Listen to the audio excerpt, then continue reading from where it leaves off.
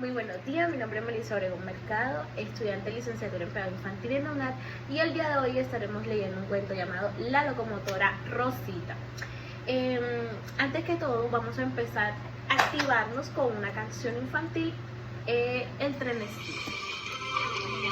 Muy contento a cenar, que se saluda al pasar. El trenecito va deprisa, no se quiere retrasar a la estación, tiene que llegar. El hace chup, chup, chup. Y empecemos nuestra lectura. La locomotora Rosita. Hace muchos años, en Europa lejana, preparaban en una fábrica de locomotoras un pedido de 4 que habían comprado los ferrocarriles nacionales de Colombia. Cada una se dejaba arreglar, pintar y terminar con mucha alegría. Y cuando les pusieron las ruedas, empezaron a ensayarse con mucho deseo de correr. Una de las 4 resultaba tan vanidosa que con el ánimo de verse las ruedas, inclinó tanto la cara que se le cayó el buitrón, que es algo así como el sombrero de las locomotoras.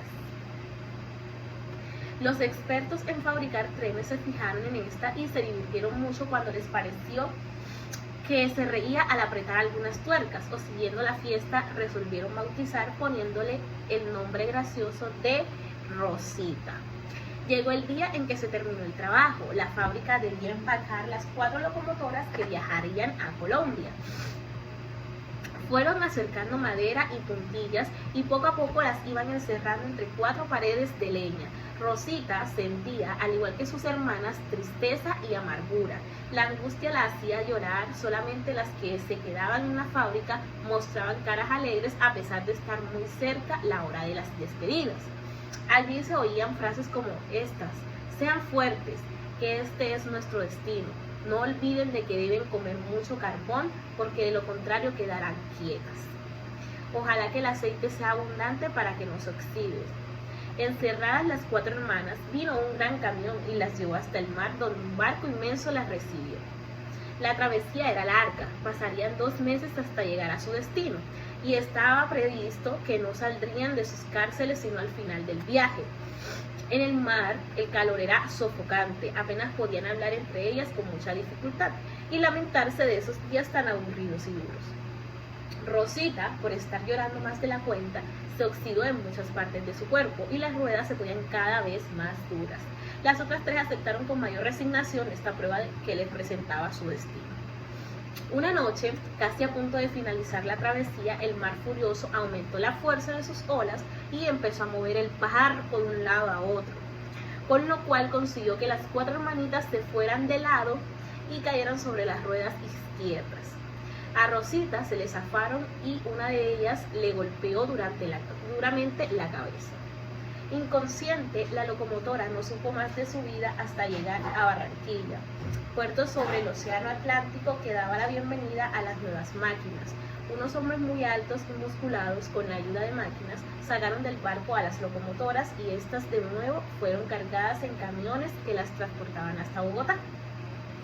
Como Bogotá, que es la capital de Colombia, está a 2.640 metros de altura sobre el nivel del mar, parece que las locomotoras seguían afectadas por la altura.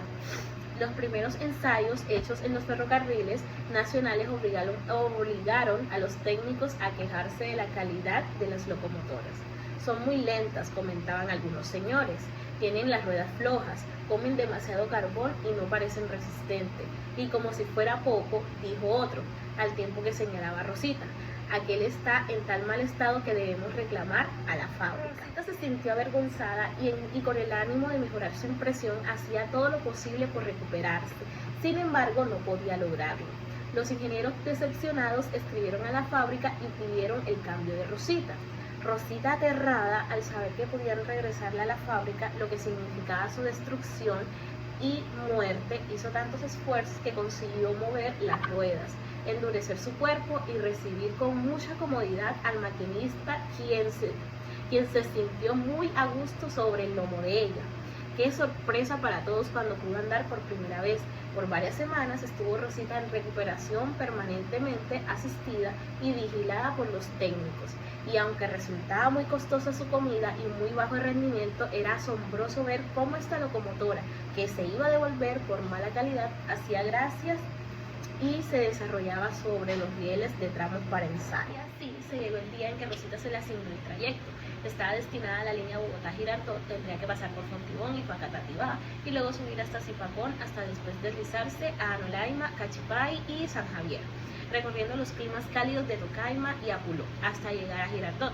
Rosita recorrió la primera vez todo su camino sola, pero la subida la fatigó bastante. Se llenó de ceniza la cara y el olín le ensució tanto que al acercarse al río Magdalena lo atravesó rápido y saltando para que el agua le refrescara y la limpiara de una vez.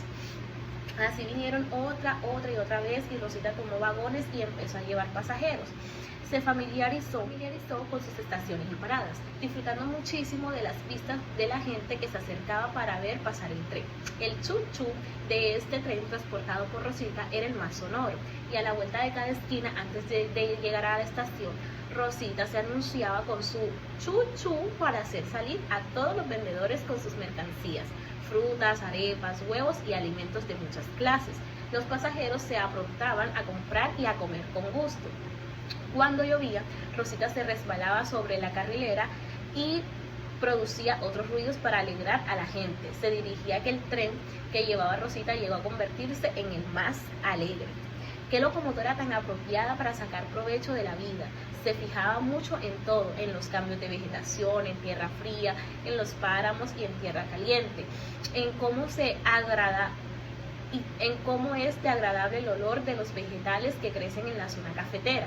Y sabiendo Rosita que el café produce buenos dineros a Colombia, se preocupaba porque los cafetales estuvieran bien cargados y aprendía a hacer cuentas de cuánto produciría cada región.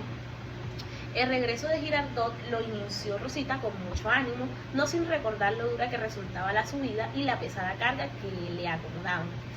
Lo que nadie ha podido entender es por qué cuando subía los domingos cargada de más vagones y repleta de pasajeros, Rosita lo hacía más alegre y contenta, produciendo más chuchú y más sonoros.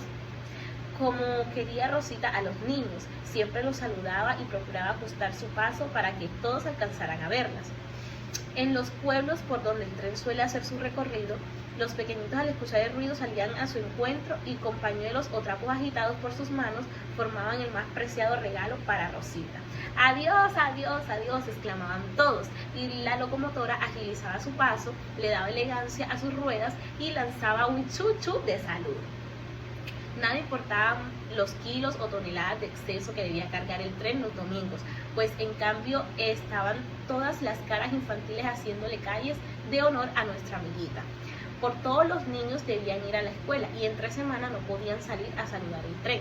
Solo algunos desobedientes chiquitines se escapaban de casa sin hacer las tareas y obligaban a Rosita a agachar la cabeza, para que recibiera un castigo por su desobediencia. Iba a cumplir Rosita 23 años de vivir en Colombia cuando alguien empezó a quejarse de lo desalentada que ella caminaba y lo lenta que resultaba para los pasajeros que viajaban por ese camino en asuntos de negocio. Y se oyó hablar de nuevas locomotoras que con 2 tragos de aceite y sin necesidad de carbón corrían de un sitio a otro. Estaba llegando el fin de la locomotora de carbón.